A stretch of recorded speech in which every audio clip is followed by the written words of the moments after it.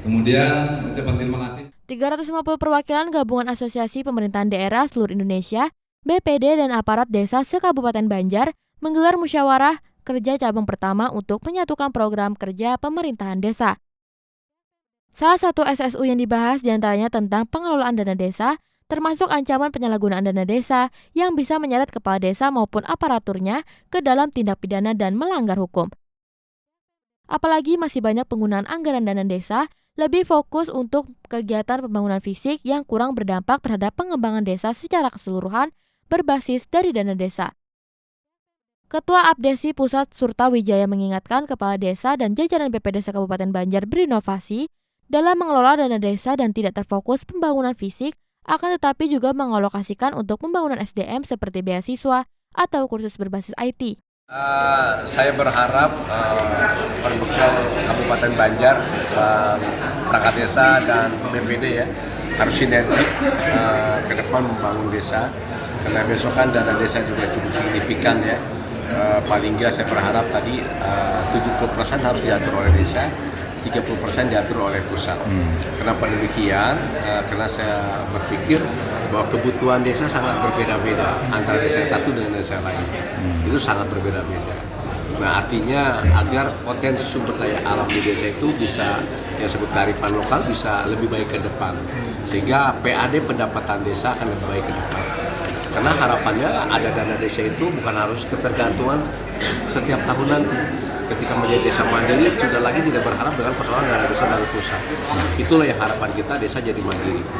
Nah, Indonesia dikatakan desa emas ketika memang Indonesia emas ketika memang desanya ya maju dan sukses. Itulah tulang punggung bangsa dan negara ini hanya di desa. Karena desa adalah pemerintahan terkecil dari sebuah negara ini. Tadi saya bilang jangan semua ke fisik. Dari 70% kita harus berikan skala prioritas ya, di antara SDM juga penting. Karena yang merubah sebuah keadaan sebuah daerah mau bangsa ini pun ada SDM, tidak bisa dibantah.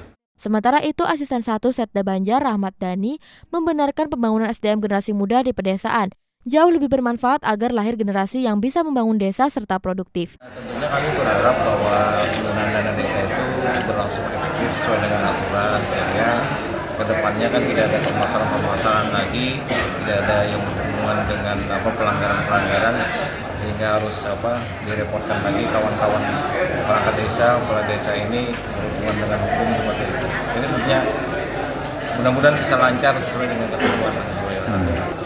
Memang ada beberapa yang kami ketahui karena kami tidak spesifik membidanginya, kami tidak terlalu update dengan itu.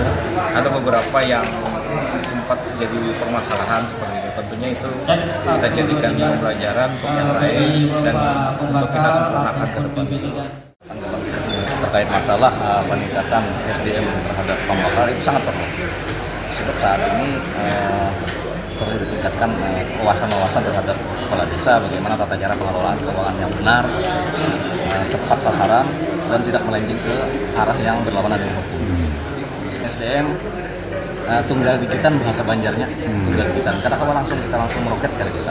Tunggal digitan, tunggal tahapan sesuai dengan kemampuan. Kita dilakukan untuk pengembangan SDM yang di masyarakat kita, terutama tentang pengelolaan keuangan. Pengelolaan keuangan setiap tahun kami laksanakan pelatihan bagaimana tata cara pertanggungjawaban melewati aplikasi Siskedes. Sejak dana desa digulirkan, pemerintah pusat dan pemerintah desa lebih mengutamakan pembangunan fisik, sehingga sejumlah kepala desa harus berurusan dengan aparat hukum. Dari Desi Tompu, Duta TV, Martapura.